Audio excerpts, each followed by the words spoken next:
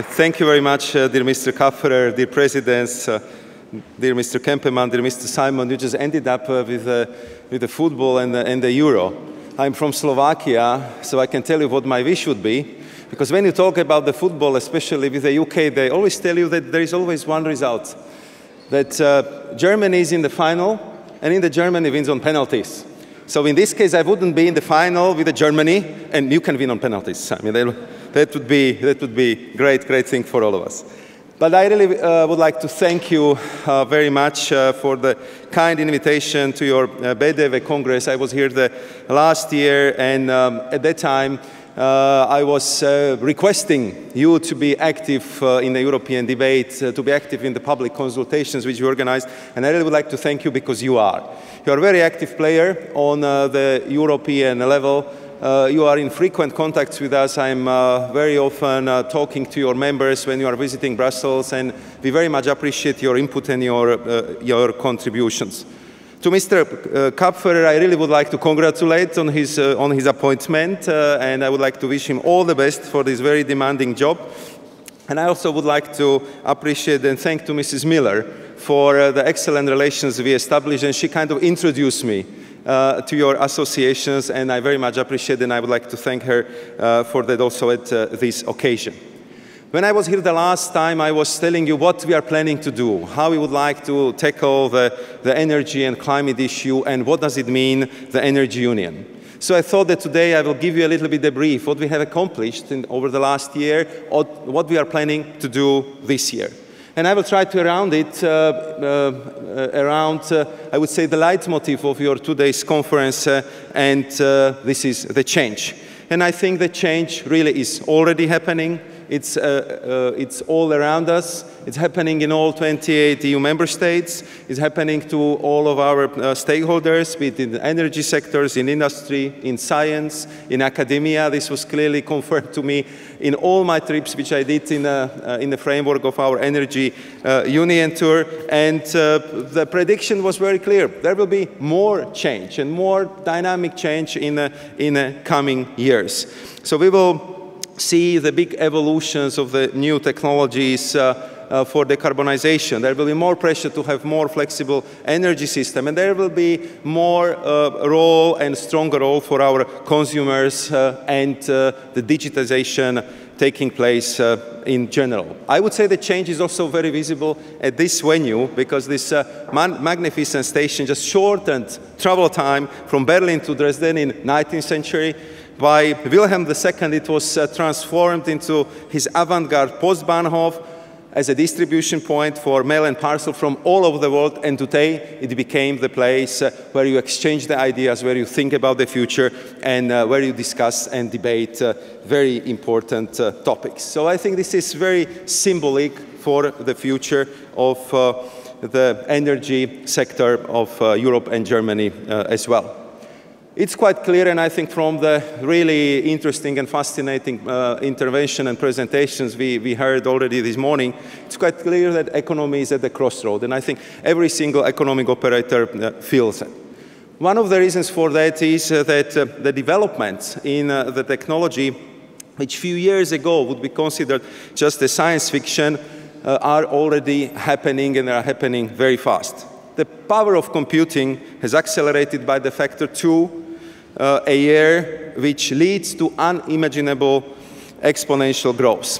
One of the striking examples I heard was about the supercomputer which was built by American government in 1996. It was at that time the fastest supercomputer, and it costed 55 million euros. 9 years later, the computer of the same speed cost only 500 euros. It was Sony PlayStation 3. And see, then we have seen even more and more progress and more of the computing power which would allow us to do the things which our parents couldn't even imagine. From the analyzing of DNA, through the gene codes, down to the optimization of the current in the smart grids. And of course, this is affecting all technologies and all economic sectors. And when I was talking to the stakeholders across Europe, I think one conclusion was the same for all of them. all our business models are affected. All of us have to think about the new business model, about how we can really adjust all of these changes to the work we do. And therefore, when I talk about the energy union, I want to make sure that this is not about energy sector only. In reality, this affects all areas of economy. Nothing works without energy, not even supercomputers I just mentioned. And therefore, I perceived, and I would like to present to you also the Energy Union as a project of the modernization of economy.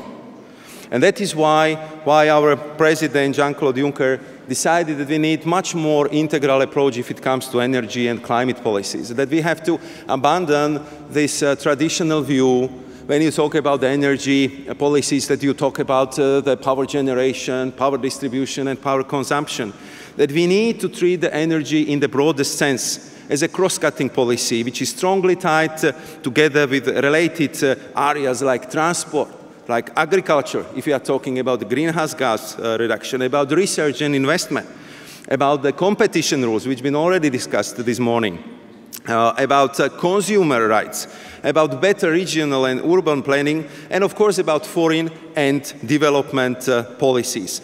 And of course our overarching goal is to make sure that all EU countries, all EU industries and all EU citizens would have access to energy which is secure, affordable and sustainable.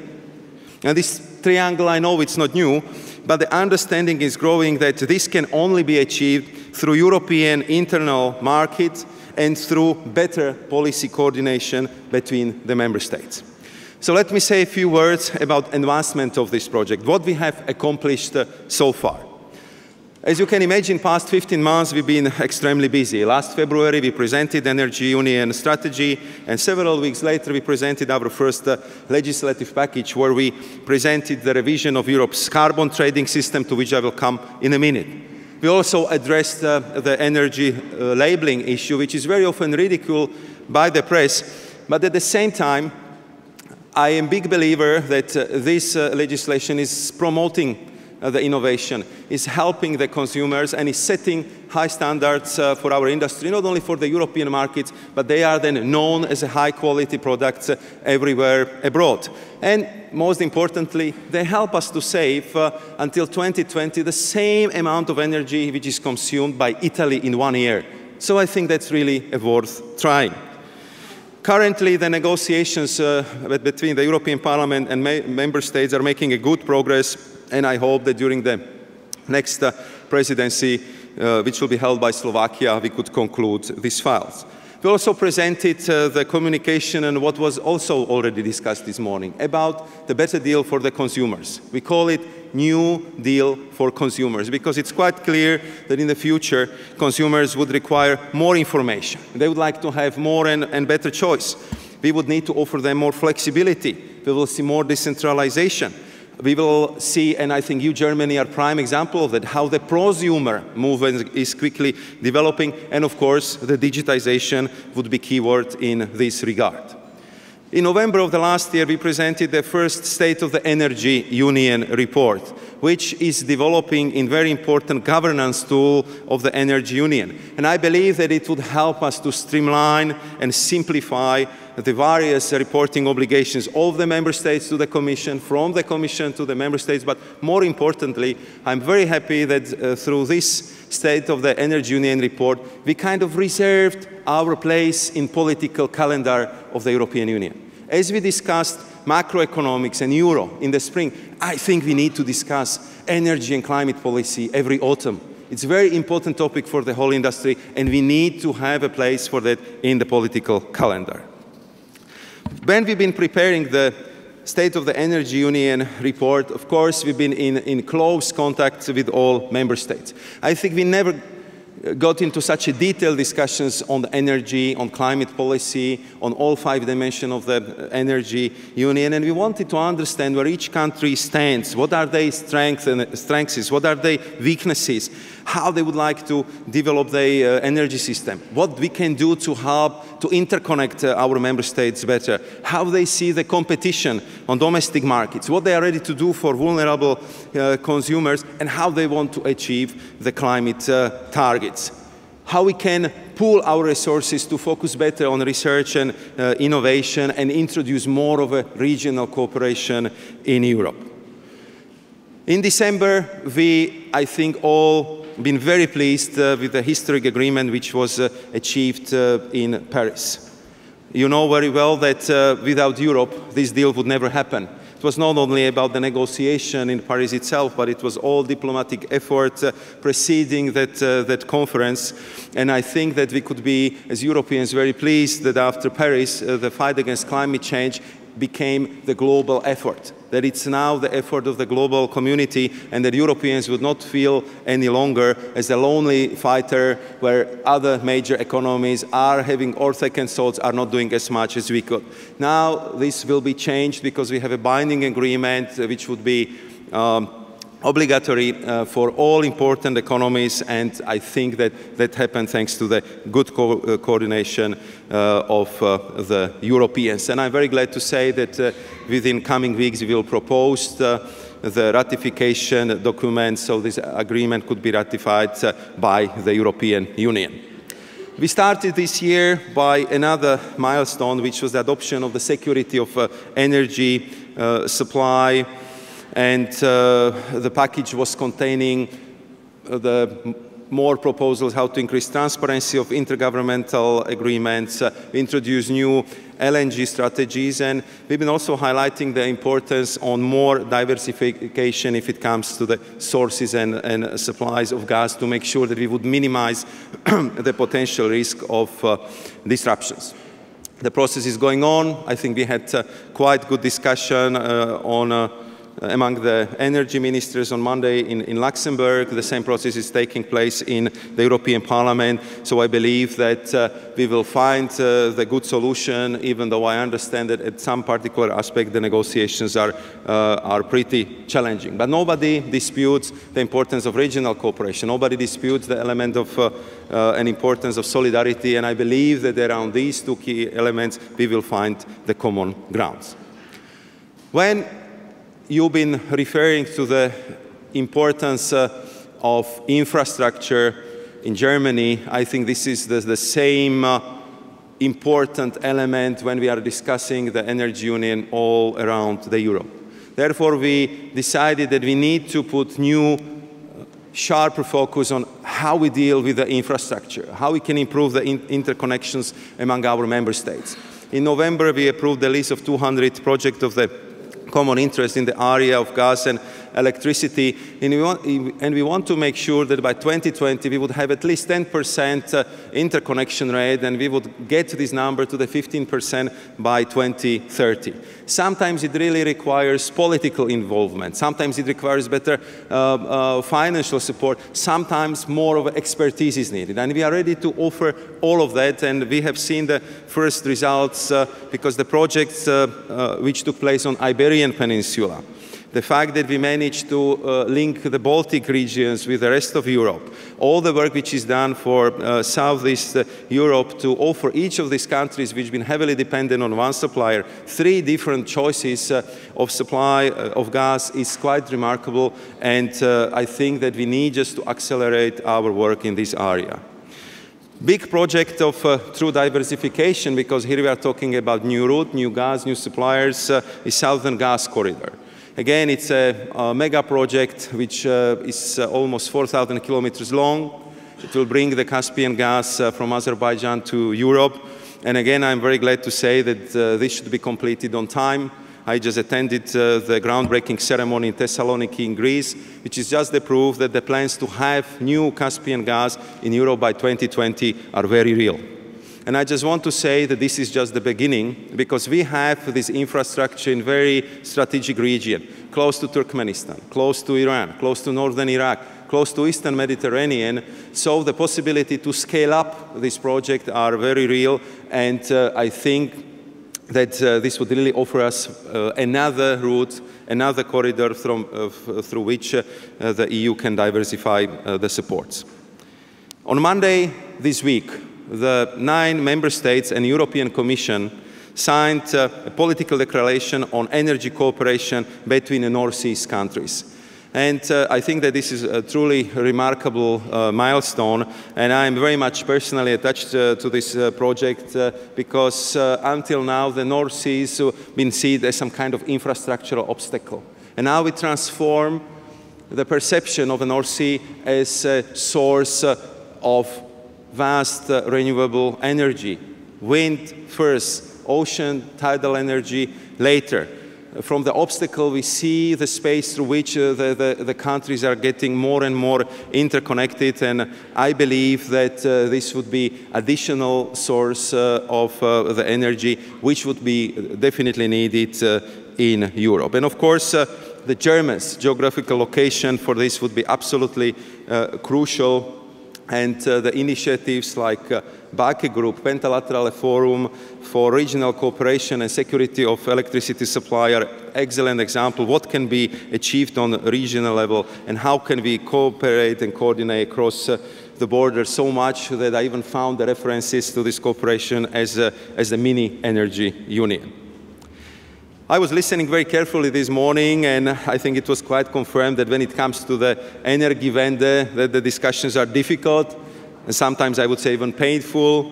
And we see as well that despite its remarkable leadership, Germany still relies on carbon-intensive coal-fired power plants, that the market conditions do not encourage investment, and that several companies are struggling. And many people in Europe are well aware of the German infrastructure issues between north and south of Germany. And I can tell you that during my Energy Union tour visits to Austria, Denmark, Poland or Czech Republic, this topic was regularly brought up by the stakeholders. So it just shows how complex these issues are, and therefore I really would like to appreciate that Germany commitments to decarbonization, Germany commitments to find solutions to these very complex issues, and also to tell you that you as a pioneer are also examples for many others who are studying your processes and who are watching how such an important country with such a strong industrial basis is managing this very demanding process. At the same time, I can tell you that I believe that the process of decarbonization is unavoidable, and it must be addressed right now. And I'm absolutely convinced that all major economies would have to do it.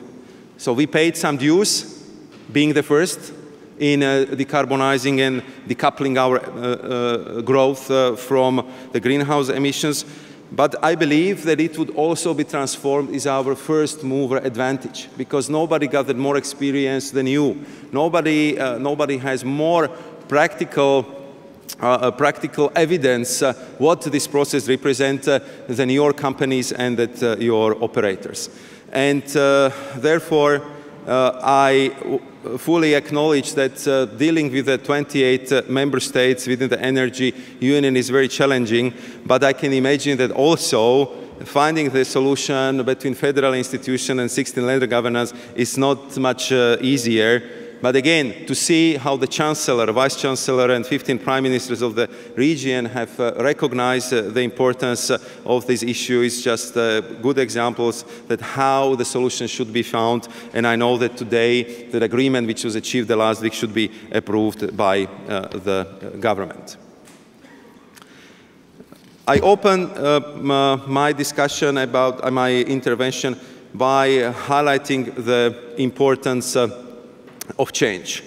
And I think that energy sector would be one which would be affected the most by the fourth industrial revolution, by the second machine age, and by the entire paradigm change, because the 21st century economy would be about big data, would be about the Internet of Things, and would be about comprehensive, deep changes into the life of our companies and into the behavior of our customers. Therefore, we work very closely with my good friend, German Commissioner Günther Oettinger, who is responsible for digital single market, and we know that internal energy market and digital single market must go hand in hand. Because when I describe the change which would be ahead of our energy sector, I very often use the 6 Ds. It would be about decarbonization. It would be about diversification. It would be about the democratization of our energy systems by empowering consumers, and more and more of them would become prosumers. It would be about decentralization of our energy generation, from large-scale energy generation to smaller interconnected generation, with a rising role given to the smart cities. It would be about digitization, and last but not least, it would be also about disruption of classical business model, about new job skills needed, about new job profiles which will be required to manage this new change. This International Energy Agency predicts that global energy demand will grow by 30% until 2040. And of course, this means that many countries of this planet will have to go through a dramatic change. 1.3 billion of human beings on this planet still do not have access to the electricity. And I think we all know that they shouldn't copy our old fossil way how to generate the energy. They would be waiting for our experience, for the new technologies, and for all that research and innovation results which would bring new technologies to the market. When I am traveling across the world, everyone is extremely impressed how we manage to grow our economy by 46% since 1990, and at the same time reduce our greenhouse gas emission by 24%.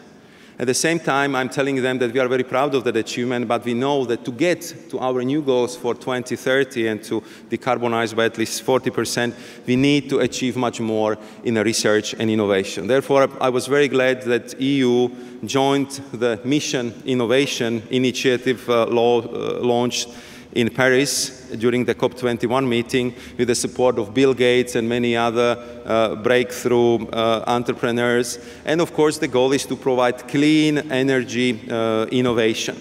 And I'm very hopeful about this initiative, because 20 major countries which are now working together on these innovations represent 75% of world's CO2 emissions from electricity generation, but also over 80% of the world's clean energy research and investment. So if somewhere will happen the change, I'm sure that would be in these countries within this mission innovation cooperation, because focus, financial support and experience is clearly there.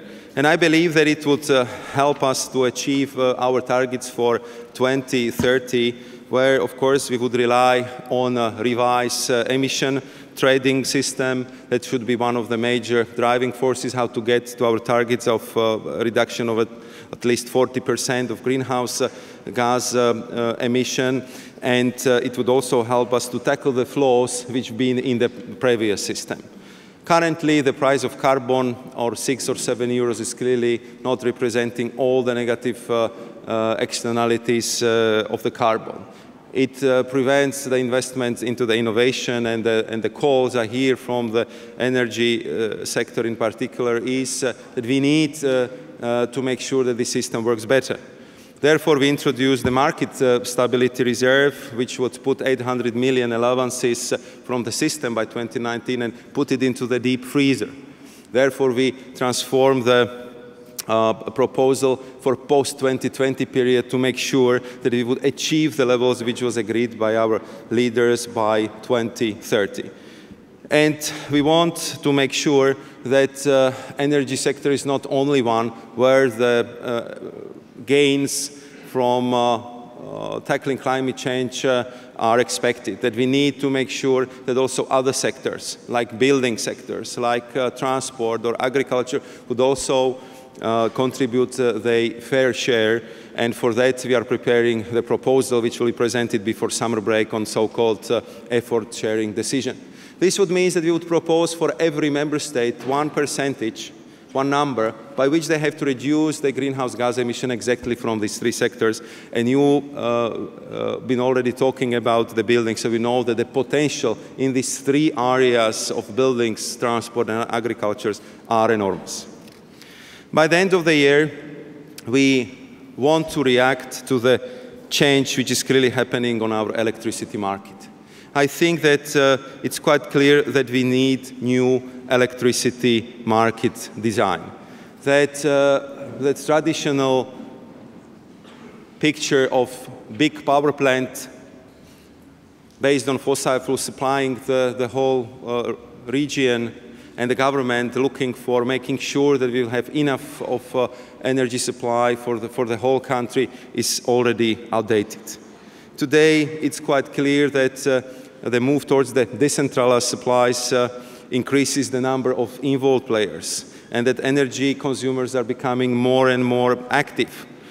That the electricity market needs to adapt to this new reality, that it first needs to integrate all the players, including flexible demand and renewables. It needs effective regulatory framework which reduces the need for intervention such as capacity mechanisms and strengthen secure system operation at the regional level.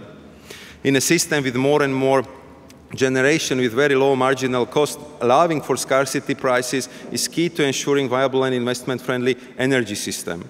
So we will therefore propose to remove such a price caps as a priority of the first order. But we also know that the pricing mechanism must better reflect the value of flexibility, the value of storage. The prices need to move more quickly, reflecting the changes of the renewable generation and shifting demand. With all these proposals, the Commission will have put on the table what I was describing to you a year ago. Everything what was in the action plan under the Energy Union umbrella. The question I'm getting is why we are rushing so much. I think because we know that the Energy Union cannot be built in Brussels. It must be built in Germany, it must be built in Slovakia, in Poland, in our member states. It must be transformed into the valid European legislation, and it must be accepted by the national governments and national parliaments. Therefore, we need 2017, 2018 for the proper negotiations so all these proposals could be transformed into the new legal framework for the Energy Union. And there is one more reason. And the reason is that we wanted to put all these elements on the table so our member states would have ample time to develop their own national energy and climate plans. So they can start the public debate how they want to transform the energy landscape of their countries, how they want to progress in all 5 dimensions of the Energy Union, how they want to achieve the targets of 2030, how they want to react to the changes which are happening all around them. Who are their favorite partners for the cooperation if it comes to the new regions formation? And for that, of course, we need close cooperation with the member states, and we need appropriate time. The last area I would refer to would be also the acknowledgement that for all this change we need a lot of investment.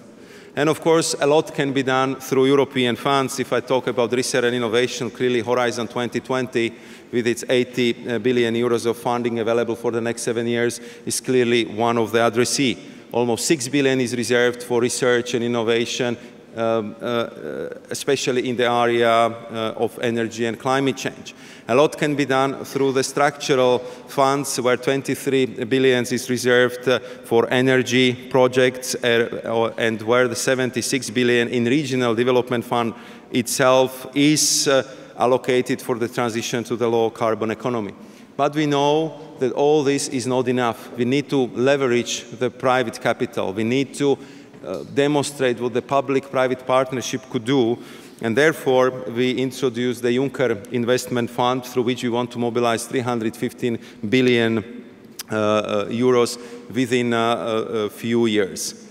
So far, I have to say that we are quite impressed by the success of this risk-sharing facility, because this fund is operating less than a year. And thanks to the good work of the EIB and my colleagues in the Commission responsible for this fund, we already managed to mobilize 100 billion euros.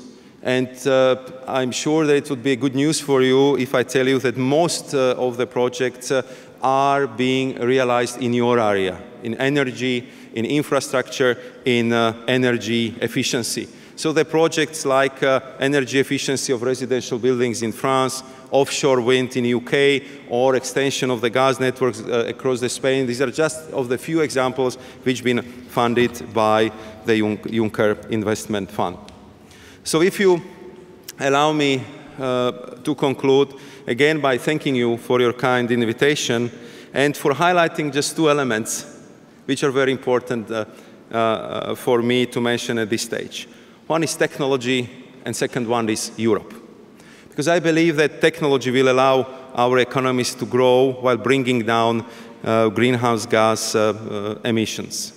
And I'm sure that the internal European market and the European cooperation across the border will help us to bring down the cost, avoid inefficiencies, and deploy new technologies and ensure solidarity within Europe.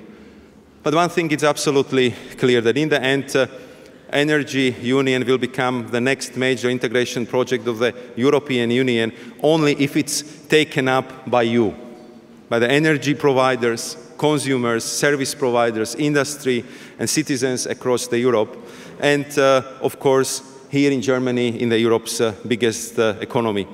I'm therefore calling upon you today to join your talent, your vision, your resources in making the Energy Union a European success story. In a moment, I understand we'll be joined by the Chancellor Merkel, and it allows me just to tell you how much we'll appreciate her regular visits to Brussels when she had these regular sessions with the college. And I can tell you that I'm in a European affairs business already for some time, and you can rarely see the leader who masters both national and European files with such a professionalism and such a mastery of the great detail. So it's always a thrill to listen to her, so I will be privileged to have that opportunity once again. So thank you very much for your kind attention, for your kind invitation, and I hope that the next year I will have some more of the good news for you. Thank you very much.